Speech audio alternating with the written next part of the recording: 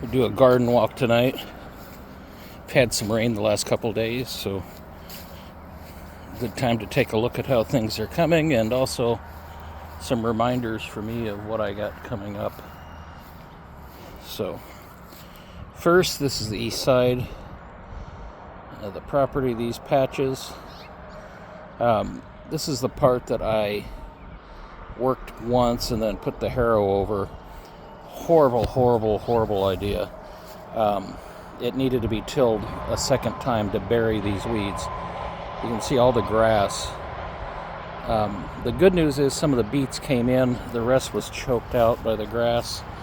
It just didn't take, so I'll come in and get what I can with the hoe and pull these by hand, but I think I'm going to let the rest just grow up and mow it.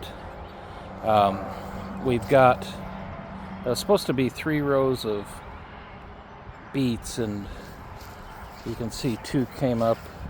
I replanted this after tilling it a couple times, and you can see, let me zoom up there, I got some more coming, so I should be able to clean that out. I think that's that black clover that's left over. Good news is it pulls easy. Then I had, let's see, 1, 2, 3, 4, 5, 6 rows of okra. You can see it's kind of spotty how these first couple rows came up. Got some gaps in the middle there.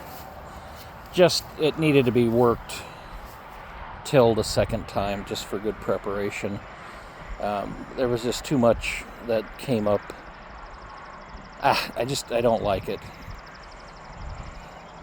Anyway, I've got 4 rows of green beans, 4 double rows of green beans. This didn't come up very well either, so this was tilled twice. You can see it's a little bit cleaner. It's also been rotary hoed and cultivated.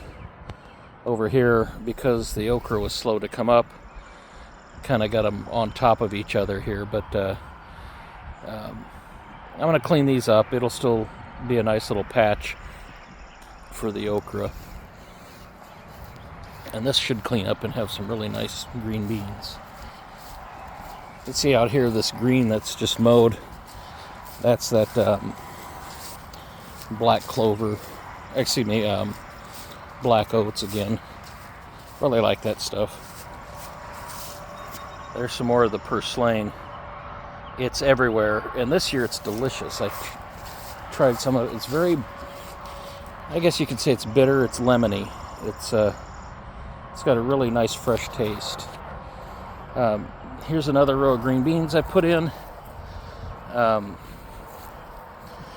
then you can see some kind of fuzzy rows next to it. I replanted or planted another couple rows of beets. So there, beets,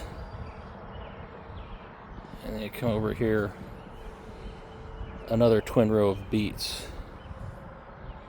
So when this dries out a little more, I'll come in here with the cultivator, make one more pass over here on the beans. I'll also, I guess, maybe rotary hoe this to pluck some of that out. And before this gets too hairy, this green stripe here, that's a little wider. I don't know if I want to take the cultivator through there or if I'll just run the Troy-Bilt right down through the middle. Or if it dries out, it might not do you too bad. Just take the stirrup hoe through there and that'll cut that grass out. This patch over here, it's in the shade, so wasn't going to grow anything, but it was a little spotty because of all these leaves and stuff that got thrown out here. So I tilled it up and put some radishes and clover in. Coming up here, I did a buffer strip of buckwheat. So that's what this starting here is. See, I just took the tiller and went through there and used the drop seeder, seeded it down. Let's see if I can zoom out there.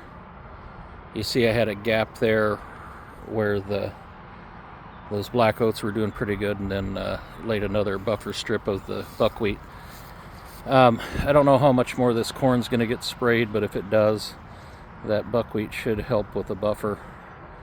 That's what I'm telling myself, but seriously, look at the height of that corn. Anything that drifts over is going to come over the top, no matter what I do. These came out pretty good. Green beans, these strips, again, I had to replant this. I don't know what went wrong the first time, maybe a little too dry.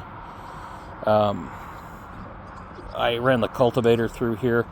Little Brindley cultivator is doing really good. You can see it takes it up and then does a decent job of hilling. But these twin rows, a couple years ago, I was planting the green beans with a bean plate in my old birch planter. It was a 23 cell. It just made it too thick. So I actually just used the corn, 9-cell corn plate on these. It drops some doubles, but in the beans, that's okay. And you can see here,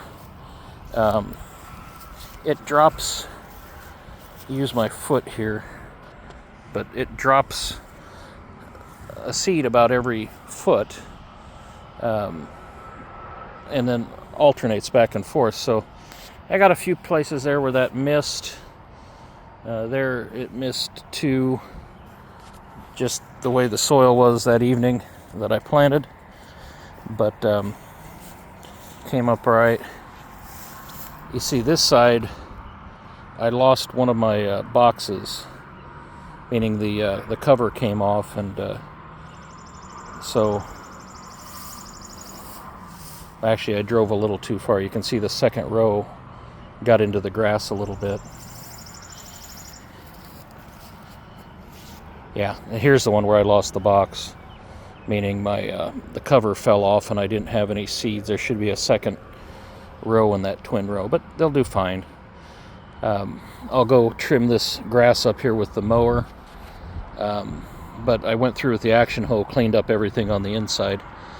I like planting the green beans this way. When people come out to pick them, even if it's got some rain, they can stand on this on the outside of the patch and set their buckets down and pick without getting into the dirt.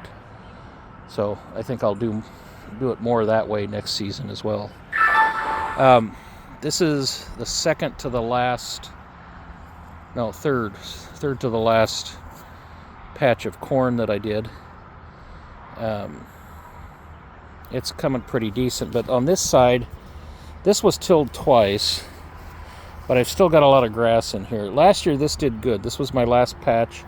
I had some black oats on it, and it really, for being planted, I think I planted it on the 5th of July, and it put out some good sweet corn. Really good, really sweet. It was starting to get some bugs in it, so just because it was late, but this looks really good, really deep green. When it dries out, if it hasn't grown too tall, then I think I'm going to go through it with the cultivator one more time to rip some of that grass out of the middle of the rows. If I can't get through with the cultivator, I'll take the Troy-Bilt through there once. Good news is it's the grass. It's fairly easy to kill, but I've got some of these weeds coming up in the middle too. So I know it's taboo to say or not looked well upon, but I think if I can I need to walk through and pluck out some of those doubles. Yeah, and you can see I got some weed pressure there. If I till it right before I plant, I think I can get it down to where the in-season weeds are more manageable. Get a nice little look on this one.